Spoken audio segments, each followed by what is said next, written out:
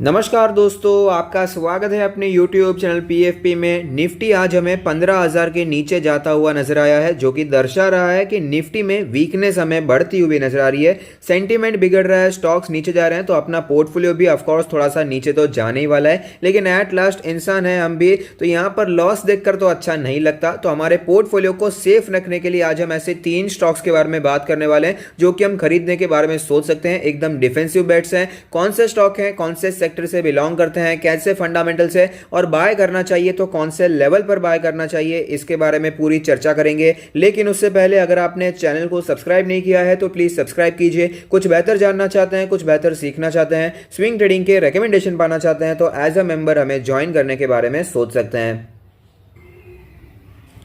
Nifty 50 में पिछले कुछ दिनों से नेगेटिव सेंटीमेंट देखने को मिल रहा है। उसका रीजन एक बार जान लेते हैं कि महाराष्ट्र में कोविड केसेस बढ़ते हुए नजर आ रहे हैं। Maharashtra government imposes fresh lockdowns as daily covid cases cross 5,000 की डेवलपमेंट्स। तो अब देखिए सिचुएशन ऐसी है कि कर्व हमें नीचे आता हुआ नजर आता। कोविड का कर्व नीचे गिर चुका था, लेकिन अगर वो कर्व फिर से ऊपर जा रहा है तो तुरंत ही उस पर एक्शंस लेना बहुत ही जरूरी हो जाता है। और इसीलिए महाराष्ट्र में कुछ एरियाज पर हमें लॉकडाउन भी देखने को मिल रहा है, जो कि ऑफकोर्स मार्केट के लिए अच्छी बात नहीं है। लेकिन मेरा पर्सनली आपसे रिक्वेस्ट है कि अभी भी संभलने की जरूरत है, अभी भी बहुत ही बिंदास नहीं होना चाहिए। ये बहुत ही अच्छी बात है कि कोविड केसेस कम होते जा रहे हैं और ये जीरो हो जाने चाहिए, लेकिन उसके लिए अभी भी हमें संभलना चाहिए और जो भी गाइडलाइंस है उसका पूरा हमें पालन करना चाहिए।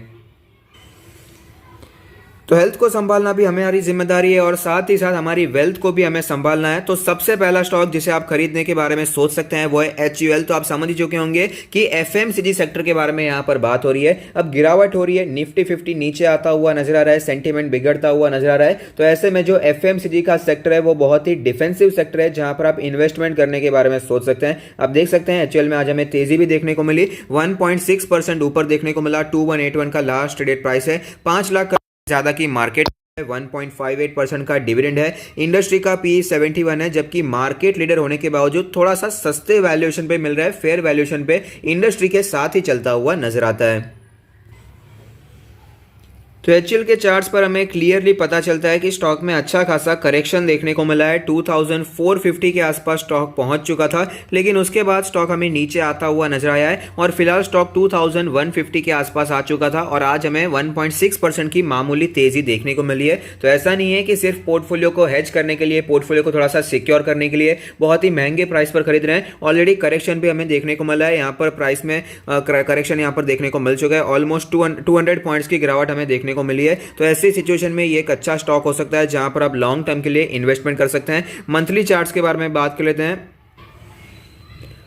फिलहाल HUL अपने हिस्टोरिकल सपोर्ट पर ट्रेड करता हुआ नजर आ रहा है। जनरली जब भी स्टॉक में गिरावट देखने को मिली है तो इसका जो 20 मंथ्स का मूविंग एवरेज है एज अ स्ट्रॉन्ग सपोर्ट हमें दिखाई देता है और वापस हमें तेजी कंटिन्यू रहती हुई नजर आती है और उसी लेवल के आसपास स्टॉक आता हुआ नजर आ रहा है, जो कि लेवल कैलकुलेट होकर आता है 2079 का लेवल और करंट मार्केट प्राइस है 2183 का लेवल। तो ऐसी सिचुएशन में अपने सपोर्ट के आसपास आता हुआ नजर आ रहा है। स्टॉक पर आप नजर बनाकर रख सकते हैं और इन्वेस्टमेंट करने के बारे में सोच सकते हैं। डिफेंसिव बेट FMCG इसीलिए माना जाता है क्योंकि FMCG प्रोडक्ट्स जो होते हैं वो डेली बेसिस पर यूज होते हैं। कोई अगर कुछ प्रॉब्लम आ गई, इकोनॉमी में कोई रिसेशन आ गया, तो ऐसी सिचुएशन भी FMCG प्रोडक्ट्स पर ऑफ कोर्स असर तो पड़ता है। असर बिल्कुल नहीं पड़ेगा ऐसा नहीं है, लेकिन सबसे ज्यादा कम असर FMCG सेक्टर पर पड़ता है और इसीलिए इसे डिफेंसिव माना जाता है। तो यहां पर आप इन्वेस्टमेंट करने के बारे में सोच सकते हैं और यहां पर आप देख पाएंगे इस स्टॉक में हमें कई बार ऐसी साइकिल्स ही देखने को मिल जाती है। स्टॉक ऊपर जाता है, तुरंत यहां पर हमें नीचे भी आता हुआ नजर आता है, लेकिन वापस स्टॉक हमें ऊपर जाता हुआ नजर आ रहा है और फिलहाल स्टॉक हमें नीचे के ट्रेंड पर मिल रहा है। तो यहां पर एक्यूमुलेशन करने के बारे में सोचा जा सकता है। लॉन्ग टर्म के लिए बहुत ही अच्छा स्टॉक है क्योंकि अभी फिलहाल इसने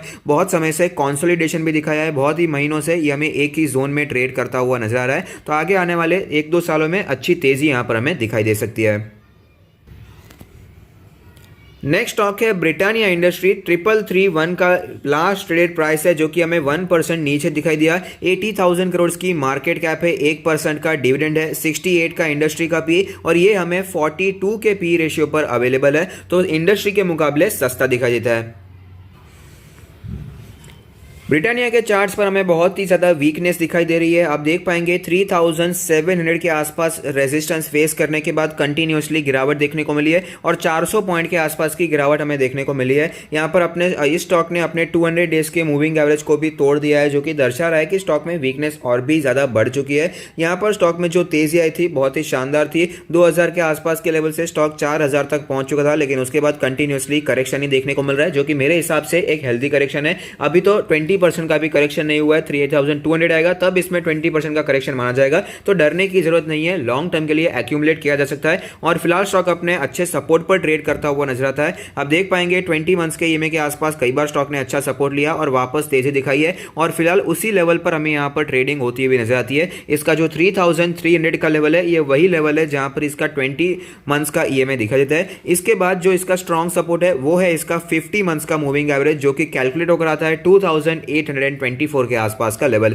तो ऐसे सिचुएशन में क्या इन्वेस्टमेंट करना चाहिए या नहीं करना चाहिए? तो बहुत लोगों ने यहां पर 4000 के लेवल्स पर खरीद कर रखा है, 3800 के लेवल्स पर खरीद कर रखा है, ये सोचकर कि 4500 जाएगा और भी तेजी आएगी। उसमें कोई स्टॉक बुरा नहीं है, लेकिन जो प्राइस था वो मेरे हिसाब से थोड़ा सा ज्यादा हो चुका है। कई लोगों ने यहां पर फंसा दिया है कि स्टॉक जब ऊपर जा रहा था तब बहुत ही लोग यहां पर आपको सजेस्ट कर रहे होंगे कि स्टॉक को खरीद लीजिए और ऊपर जाएगा, 4500, 5000, 6000 जाएगा। लेकिन स्टॉक को अच्छे वैल्यूएशन पर खरीदना, अच्छे टाइम पर खरीदना बहुत ही जरूरी है, क्योंकि एट लास्ट स्टॉक मार्केट में बाय ऑन डिप्स होता है और सेल ऑन प्रॉफिट जरूर होता है, सेल ऑन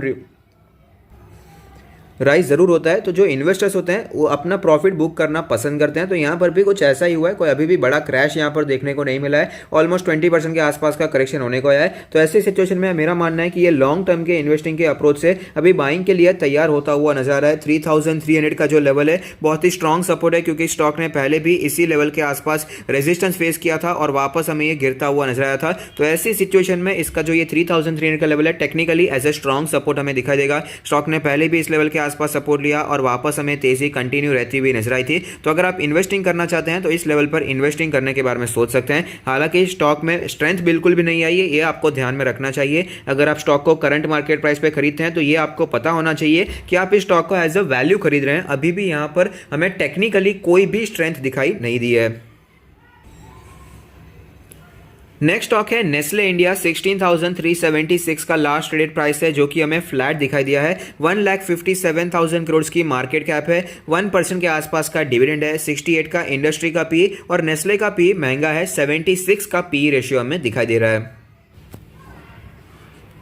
नेस्ले इंडिया के चार्ट्स पर हमें क्लियरली पता चलता है कि 18,500 के लेवल पर स्ट्रॉन्ग रेजिस्टेंस फेस करने के बाद गिरावट देखने को मिली। उसके बाद थोड़े से रिवर्सल के संकेत दिखाई दे रहे थे, लेकिन उसके बाद इसके Q3 के रिजल्ट्स आए और मार्केट को रिजल्ट्स पसंद नहीं आए और वापस हमें गिरावट कंटिन्यू रहती हुई नजर आई है। इसका जो करंट मार्केट प्राइस है हमें 16,500 के भी नीचे आता हुआ नजर आया है, यानी कि 2000 पॉइंट्स का करेक्शन पिछले कुछ ही दिनों में हमें देखने को मिला है। इसके ऑल टाइम चार्ट के बारे में बात करें, जहां पर एक कैंडल 1 मंथ को रिप्रेजेंट करेगी, तो शानदार स्टॉक रहा है। और यहां पर इसके सपोर्ट लेवल्स के बारे में बात करें तो स्टॉक जनरली इसके 20 मंथ्स के ईएमए के आसपास सपोर्ट लेता है और वापस हमें तेजी कंटिन्यू रहती हुई नजर आती है। तो 20 मंथ्स का ईएमए 15,675 का लेवल है, तो उससे ज्यादा दूर हमें ये ट्रेड करता हुआ नजर नहीं आ रहा है। तो इसमें भी आप इन्वेस्टिंग करने के बारे में सोच सकते हैं। करंट मार्केट प्राइस मेरे हिसाब से अच्छा है, अगर आप खरीदारी करना चाहें तो करने के बारे में सोच सकते हैं। 16,000 का लेवल एक स्ट्रॉन्ग सपोर्ट की तरह में यहां पर दिखा देगा। लॉन्ग टर्म के लिए एक शानदार स्टॉक है, मल्टी बैगर स्टॉक रहा है, इसे आप अपने पोर्टफोलियो में ऐड कर सकते हैं। और साथ ही साथ अगर आप अपना पोर्टफोलियो हमसे रिव्यू करना चाहते हैं तो उसका लिंक भी हमने डिस्क्रिप्शन बॉक्स में दे दिया है। Q3 के रिजल्ट्स के बाद गिरावट आई, उसमें कोई डाउट नहीं है, लेकिन स्टॉक अच्छा है, फंडामेंटली स्ट्रांग है। और एफएमसीजी में जो सबसे बड़ी चीज होती है वो होती है इनकी ब्रांड वैल्यू, और ब्रांड वैल्यू नेस्ले की बहुत ही अच्छी दिखाई देती है। इनके जो प्रोडक्ट्स हैं उनकी ब्रांड वैल्यू बहुत ही अच्छी है। तो ऐसी सिचुएशन में यहाँ पर आप एडिशन के बारे में सोच सकते हैं, बाय ऑन डिप्स की स्ट्रेटेजी यहाँ पर अप्लाई कर सकते हैं। तो अगर आपको ये वीडियो पसंद आता है तो लाइक कीजिए, शेयर कीजिए, कमेंट कीजिए, सब्सक्राइब कीजिए और मुझे मोटिवेट कीजिए। Thank you, stay happy, happy investing.